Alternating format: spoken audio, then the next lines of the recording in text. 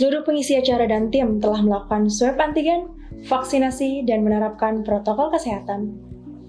Halo Panger, senang sekali saya Ruth Aulia dapat hadir kembali menemani kalian semua dalam Bipol, Bincang Politeknik. Apa kabar Pangers di rumah? Semoga dalam keadaan sehat selalu ya. Pangers, baru-baru ini ada 17 mahasiswa yang berangkat studi di luar negeri dan ada 7 negara yang dituju. Program IISMAVO atau Indonesian International Student Mobility Awards edisi vokasi merupakan program Kemendikbudristek yang mensaranai para mahasiswa kampus vokasi atau politeknik diantaranya untuk magang dan kuliah di luar negeri. Nah, untuk segala urusan internasional atau luar negeri di Politeknik Negeri Jakarta, itu terdapat unit kantor urusan internasional atau KUI. Maka dari itu, kami mengundang Bapak Dr. Engineering Pribadi Mumpuni Hadi selaku Kepala Unit Kantor Urusan Internasional Politeknik Negeri Jakarta. Yuk Pangers, kita cari tahu nih lebih banyak dari beliau terkait program-program internasional di KUI. Selamat siang Pak Prip. Siang Ruth, gimana? Bapak gimana kabarnya? Alhamdulillah, gimana? Alhamdulillah sehat-sehat. Alhamdulillah sehat nih. Pak, kami juga kan sering nih ya ikutan posting-posting kegiatan KUI nih Pak nih. Nah, sekarang nih perlahan optimal kembali nih ya Pak ya KUI ya Pak ya. Ya alhamdulillah ya. Setelah mengalami memang banyak kendala pada masa pandemi sebelumnya ya Pak, karena memang yang berkaitan dengan dunia internasional ini sangat riskan dijalankan pada saat pandemi. Nah mungkin Pak boleh diceritakan nih Pak, gimana sih sampai perjalanan KUI yang akhirnya nih kembali aktif lagi menjalankan kegiatan-kegiatan offline? Oke, jadi gini ya, bisa dibilang ya KUI itu sempat mungkin tertidur itu ya. Tertidur itu sekitar 2 tahun karena memang satu ya, pandemi ya. Pandemi kita terbatas untuk melakukan kegiatan student mobility secara fisik ya. Nah yang kedua adalah memang saat itu KUI itu tidak ada. Itu kan ingat ya, mungkin KUI itu dilebur ke dalam suatu unit yang namanya Humas Internasional. Iya, benar. Nah, jadi bisa dibilang tahun 2022 ini kita start baru lagi nih. Kita mulai lagi untuk KUI kembali ada di PNJ gitu. Nah, mungkin masih banyak banget nih Pak Pangers yang belum tahu ruang lingkup KUI sendiri tuh sampai mana sih nih Pak? Oke, ruang lingkup ya. Jadi ini kita bicara terkait dengan tugas dan wewenang ya. Iya, benar. Kalau kita bicara ruang lingkup, nah sebenarnya KUI itu ya ini mungkin saya klarifikasi ya, ini tidak semua itu yang berbau bahasa Inggris dan internasional itu urusan KUI sebenarnya ya. Nah jadi kita tugasnya yang pertama itu adalah kita promosi kegiatan yang dilaksanakan PNJ ini dalam bidang pendidikan ya, tridharma, penelitian, pengabdian itu ke masyarakat internasional. Jadi misalnya kalau ada promosi di luar negeri gitu nanti KUI bantu mempromosikan. Nah ini seperti yang dilakukan saat tahun ini di bulan Juli itu ada kegiatan Joint Working Group ya. Sebenarnya kegiatannya Joint Working Group apa tuh Pak? Nah itu kegiatannya di Perancis. Saat itu yang berangkat itu bukan saya. Oh gitu. Ada dari Bu Wakil Direktur Bidang 1, Bu Nunung dan Bu Dewi. Itu mengikuti Joint Working Group di Perancis untuk memperkenalkan Politeknik. Nah jadi ya KUI sini membantukan promosi, antara lain kita membantukan membuat semacam flyer, kemudian membuat poster yang untuk ditampilkan di acara tersebut. Iya, benar. Nah, kemudian di sini kita menjalin kerjasama ya, tridharma tadi, pendidikan, penelitian, pengabdian masyarakat. Nah, ini dengan perguruan tinggi luar negeri. Nah, di sini menjalin kerjasamanya KUI itu adalah sebagai gerbang awal. Jadi bukan KUI yang bekerja sama. Nah, yang bekerja sama itu PNJ, KUI yang menginisiasi, menghubungi, tapi yang jalanin siapa? Yang jalanin adalah yang terkait. Misalnya pendidikan tentu dari jurusan gitu. Jadi KUI itu hanya di awal gitu. Kita bisa bilang adalah sebagai penyambung lidah rakyat. Nah, betul, menjembatani. Nah, kemudian ini adalah mengurus urusan mahasiswa dan dosen terkait kalau mereka membutuhkan ke luar negeri ya. Contoh mahasiswa misalnya ada kegiatan ISMA, kemudian mungkin nanti ada student exchange, kita bantu mengolah urusannya. Tapi di sini kali lagi bukan terkait biaya, tapi terkait dengan administrasi gitu ya, bantu misalnya visa butuh dokumen apa, nah itu kita bantu. Termasuk dosen yang mau tugas belajar itu kita bantu. Kemudian juga kebalikannya, mahasiswa yang ada atau dosen yang akan ke Indonesia gitu, misalnya kalau ada dosen luar, tamu, mungkin kita menyambut, menjemput, kemudian membantu urusannya terkait akomodasi dan lain-lain. Nah, kemudian adalah kita mengelola website untuk yang bahasa Inggris. Kemudian di sini membantu mengembangkan program Doing Dual Degree ya. Tapi mengembangkan di sini bukan artinya kita yang jalanin ya. Tapi lebih ke arah kita membantu tadi ya, menginisiasi dan lain-lain. Kemudian sama pembukaan kelas internasional dan kurang lebih itu sih tugas KUI ya. Nah, jadi nggak semuanya yang internasional tuh harus KUI, gitu. Contoh misalnya yang bukan tugas KUI adalah terkait dengan peningkatan bahasa Inggris. Nah, itu bukan wewenang KUI. Nah, gitu. Kita hanya membantu saja, tapi bukan tanggung jawab KUI, seperti itu. Baik, nah tadi juga sempat disinggung sama Bapak terkait ISMAFA nih Pak. Mungkin sangat menarik juga nih ya Pak ya. Nah, gimana sih Pak nih program ISMAFA itu Pak? Mungkin boleh dijelaskan dan apa sih yang menarik dari ISMAFA kali ini? Oke, jadi ISMAFO ya, saya seringnya I-nya gabung jadi ISMAFO gitu. Oh gitu, I ya. Oke, baik. Itu tadi ya disebutin singkatannya. Jadi ini adalah suatu program mobilitas. Maksudnya mobilitas itu apa sih? Mobilitas itu seperti kegiatan ke luar negeri ya, bisa berupa exchange, bisa dan lain-lain ya. Nah, mobilitas di sini yang ISMAFO ini yang membedakan dengan ISMA karena ada program ISMA dan ada ISMAFO. ISMA itu lebih ditujukan kepada universitas yang lebih akademik. Dengan ISMAFO adalah untuk vokasi. Nah, yang membedakannya tadi adalah tidak hanya mobilitas ke kampus, tapi ada program yang disebut sebagai Learning Collaboration with Industry. Jadi artinya mahasiswa di sini bisa saja magang. Bisa magang juga ya? Tidak pasti ya. Gitu. Bisa saja magang.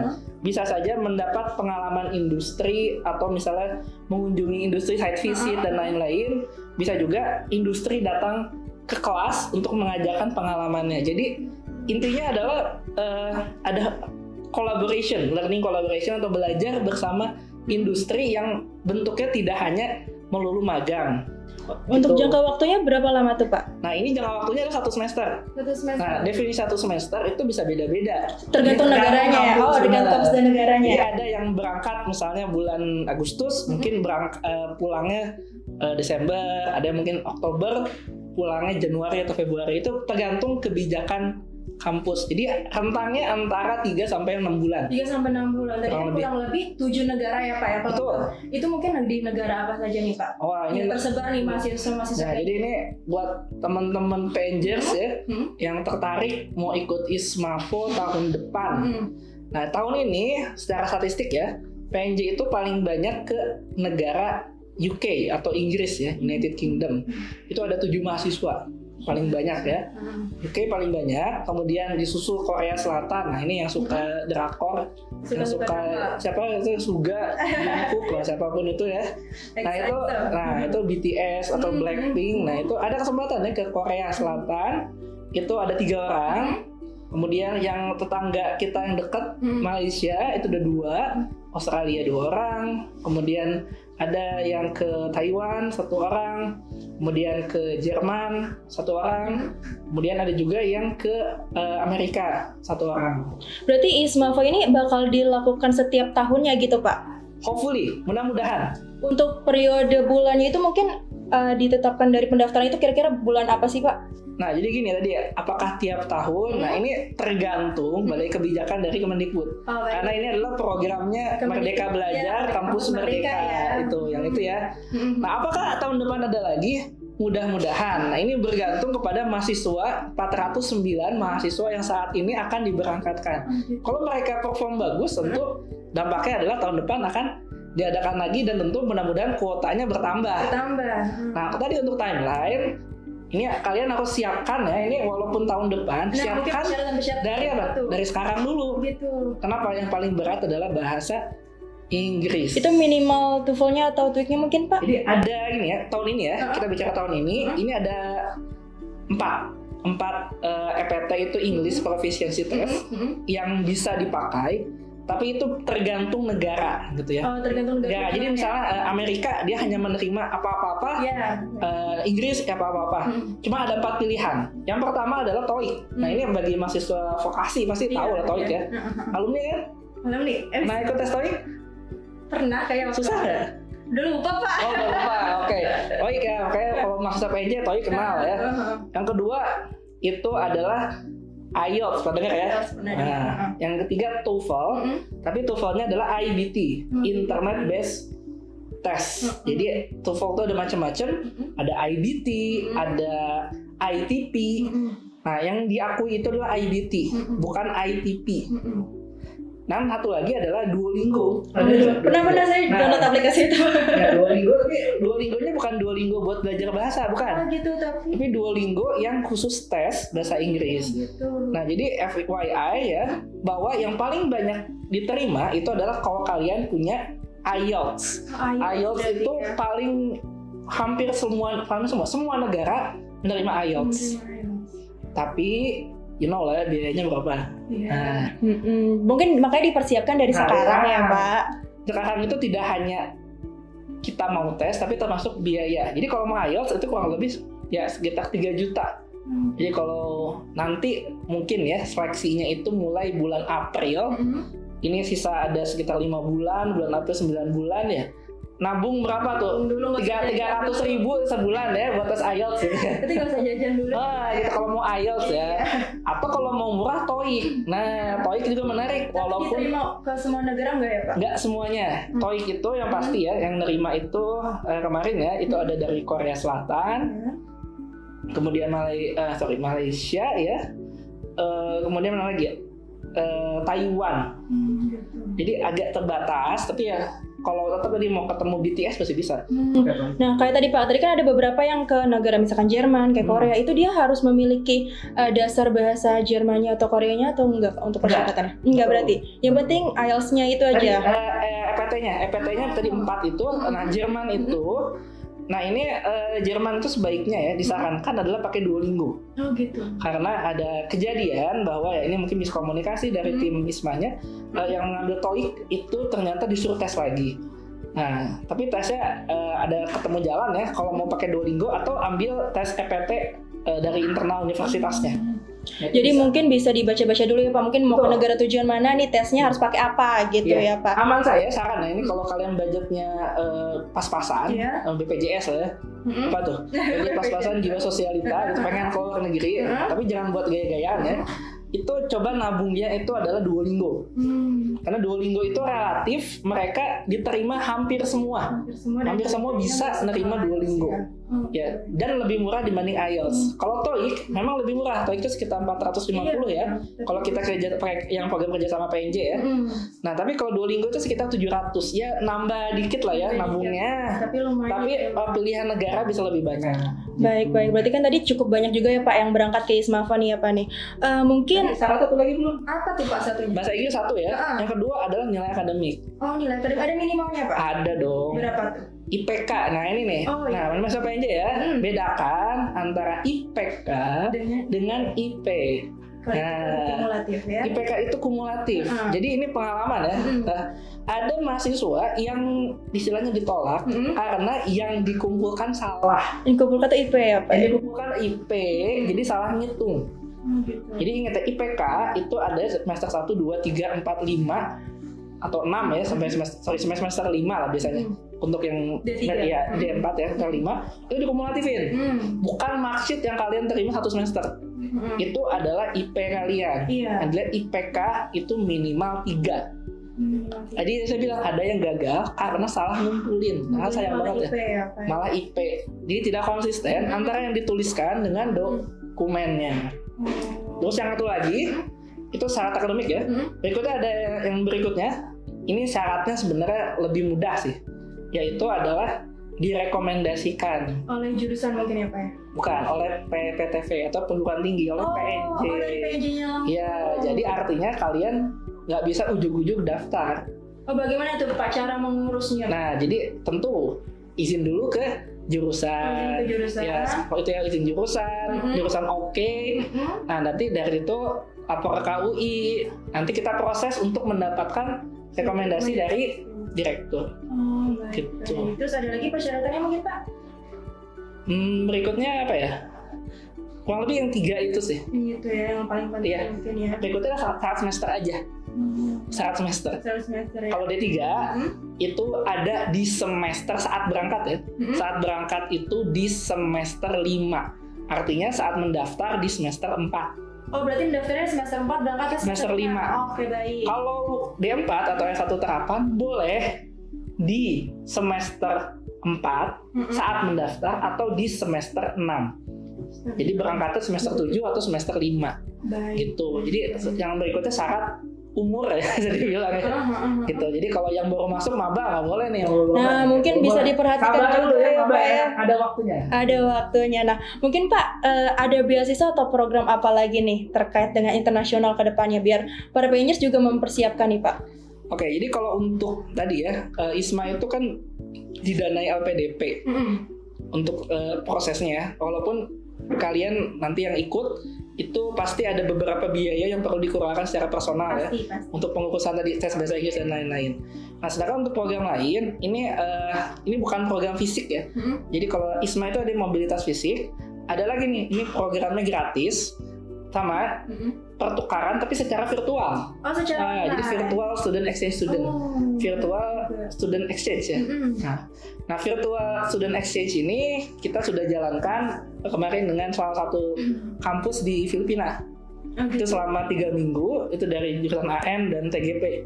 Ada 7 mahasiswa kita yang belajar secara virtual ke Filipina dan ada juga 7 mahasiswa yang belajar di PNJ. Nah, ini rencana akan diselenggarakan untuk batch berikutnya. Nah, ini mungkin batch berikutnya antara akhir tahun atau di tahun depan. Tapi yang secara virtual itu dia tetap berkuliah di PNJ juga Pak atau memang fokus aja ke yang Filipina? Itu biasanya tetap berkuliah di PNJ. Tetap berkuliah di PNJ. Jadi sambil itu mereka mungkin izin lah Bekom lah gitu ya. Bekom pas jadwal kuliah di sana karena cuma bentar, cuma 3 minggu. Oh, itu pelajaran apa atau jurusan atau kuliah apa Pak?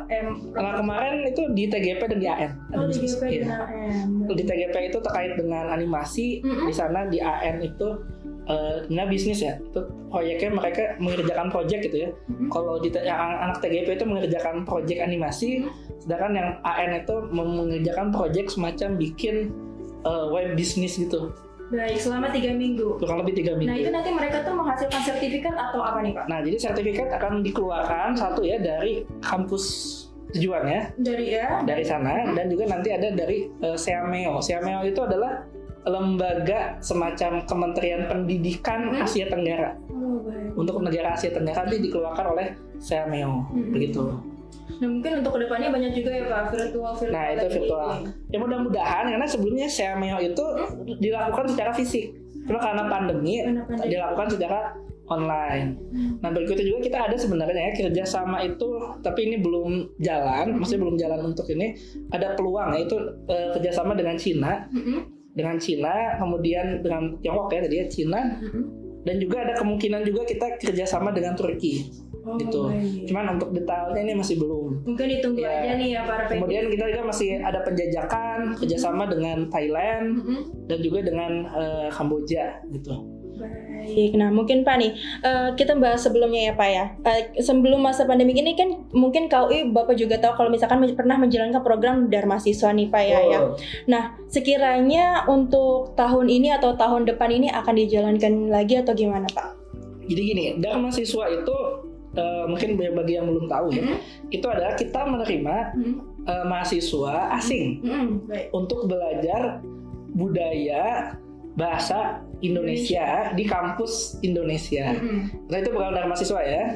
Nah, jadi zaman dulu sebelum pandemi itu mungkin ya yang ada itu pernah lihat ada bule-bule, ada orang dari Afrika gitu ya, Pak. Yang ke PNJ. Nah, sekarang unfortunately gitu ya, program ini sedang di-suspend karena masalah pandemi gitu. Jadi apakah akan berlanjut atau tidak? Nah, itu yang tahu hanya kementerian gitu. Karena itu programnya dari kementerian. Jadi kita di sini hanya menjalankan gitu. Sama tadi kan Bapak juga bilang kalau misalkan ada program untuk pembuatan kelas internasional ya Pak ya. Mungkin itu bisa dijelaskan lebih lanjut gimana sih Pak? Mungkin menarik juga ya kelas internasional itu. Jadi kelas itu udah punya kelas internasional ya. Kita sudah bekerja sama dengan MSU. Oh iya. MSU dan MSU itu adalah kelas kerjasama internasional. MSU itu apa? Management Science and University. Ya. Jadi nanti mahasiswa yang ikut kelas tersebut itu akan berkuliah tahun terakhirnya di Malaysia dan mendapatkan 2 ijazah. Oh, itu yang mengurus KUI juga berarti, Pak? Bukan, KUI itu hanya di penyambung lidah saja. Tetap nanti terkait kerjasama dan lain-lain itu di 4 MOU dan lain-lain. Kemudian untuk teknisnya itu di jurusan. Begitu. Berarti dikembalikan ke jurusan. Iya. Nah, itu MSU ya. Nah, sekarang akan dikerjakan salah satunya adalah kita mau mencoba itu kerjasama seperti itu, double degree, joint degree itu dengan Turki. Nah, ini masih tahap penjajakan awal. Universitas apa, Pak, di Turki? Wah, ini belum saya sebut dulu ya. Gitu. Karena belum tanda tangan MOU. Jadi nanti kalau udah tanda tangan nanti bisa disebut. Dan kita akan ke sana. Kita coba kerjasama dengan Turki karena di Turki itu bisa dibilang UKT ya, istilahnya UKT-nya itu murah. Iya, benar. UKT-nya nggak mahal, biaya hidup nggak jauh dengan Jakarta, bisa lihat balon udara, tapi tiketnya aja yang mahal. Gitu. Tapi kalau biaya hidup nggak jauh beda sebenarnya itu. Nah, Bapak, waktu itu saya juga pernah lihat nih, Pak, ada program pembuatan paspor kolektif nih, apa yang dilaksanakan kalau KI. Saya belum ikutan, Pak. Mungkin nanti nextnya kalau ada saya bikin ya, Pak ya. Nah, Pak, apa sih yang memang menarik nih dari program ini nih? Yang menarik ya, mungkin saya jelasin dulu ya. Jadi buat mahasiswa PNJ, PNJers ya. Kalau mau keluar negeri, paling tidak kalian bikin paspor dulu. Itu adalah langkah paling kecil ya, bikin paspor dulu. Kalau mimpi keluar negeri nggak punya paspor ya nggak bisa. Bikin paspor dulu. Nah di sini KUI ya, ini kami lakukan di bulan Juli, itu mengadakan pembuatan paspor kolektif. Kalau nanti kami rencana akan mengadakan batch 2 ya, tapi nanti mungkin sekitar September atau Oktober ini dilihat juga animo masyarakat PNJersnya seperti apa. Nah yang jelas, apa sih paspor kolektif? Paspor kolektif itu adalah kita bikin paspor nggak usah datang ke imigrasi yang datang ke kita. Nah saya tahu di sini ya PNJers baik dosen mahasiswa itu mager untuk keluar, pengennya datang aja. Apalagi karyawan sibuk ya ngerjain rutinitas segala macem. Kalau harus ngantri kan di imigrasi itu kan yang bikin capek ngantrinya. Iya benar. Ambil nomor segala macam. Nah, di sini absen jalan, paspor dapat. Nah, gitu kan. Jadi nggak perlu izin keluar kantor, dapat paspor punya. Nah, itu yang menariknya sebenarnya di situ. Tapi kalau masalah waktu, kalau kepepet, butuh cepet-cepet nih, aduh pengen kebelet, pengen ke Kapadocia, nggak bisa. Mending lebih ke imigrasi langsung karena lebih cepat. Karena paspor kolektif ini ada prosedurnya. Kita harus ngumpulin dulu nih, kemarin kolektif ya, minimal 50 orang. Kemudian dikumpulkan dulu syarat-syaratnya. Kita cek, setelah itu baru kita ajukan ke pihak imigrasi. Dan dari pihak imigrasi menyetujui, baru keluar tanggal. Nah, jadi prosesnya bisa sebulan lebih. Tapi keuntungannya apa? Nggak usah ngantri aja. Tinggal datang ke PNJ, ambil nomor antrian. Oh, kira-kira masih lama ya udah kerja dulu, ngapain dulu. Nanti tinggal datang, tinggal foto, cekrek, ambil di PNJ gitu. Baik, mungkin Pak dari KUI sendiri rencana program kedepannya apa nih Pak? Oke, program ke depan ya. Tentu ya kita pengen ada peningkatan ya. Ada peningkatan kerjasama dengan luar negeri. Jadi ya ini rencana ke depan ya, kita coba terus ya istilahnya mencari peluang opportunity untuk bekerja sama dengan kampus di luar. Nah, ya harapannya adalah satu ya, kita bisa meningkatkan student exchange baik inbound maupun outbound. Jadi inbound itu yang masuk outbound yang keluar. Jadi kita pengennya ada resiprokal. Nah kemudian yang kedua adalah adanya dosen yang masuk, dosen asing yang masuk atau dosen kita yang keluar. Sebenarnya itu. Nah, itulah yang kita harapkan ke depan seperti itu.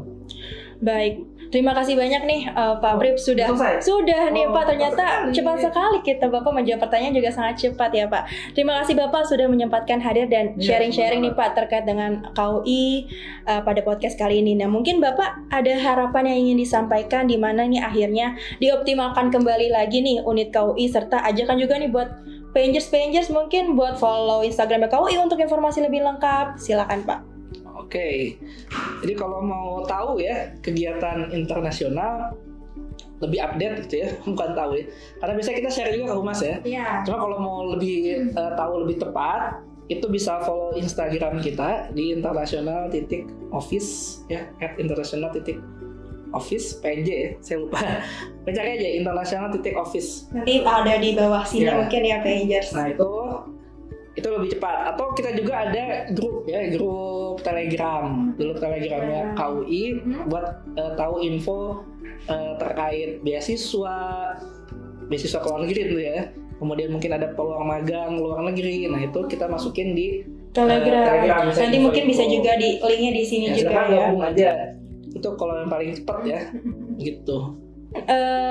Buat Pengers yang mau tahu info-info juga terkait KUI, nanti bisa juga kepo ini media sosialnya Politeknik di Jakarta, baik dari Instagram, Twitter, dan juga Instagramnya KUI di bawah sini nanti ya, beserta Telegramnya juga. Nah, baiklah Pengers, tunggu podcast kami selanjutnya yang pastinya sangat menarik. Ikuti terus podcast PNJ di channel YouTube dan Spotify PNJ. Segala informasi terkait PNJ dapat kalian lihat di website www.pnj.ac.id dan sosial media resmi kami di bawah sini ya. Saya Ruth Aulia, pamit undur diri, sampai bertemu di Bipol selanjutnya.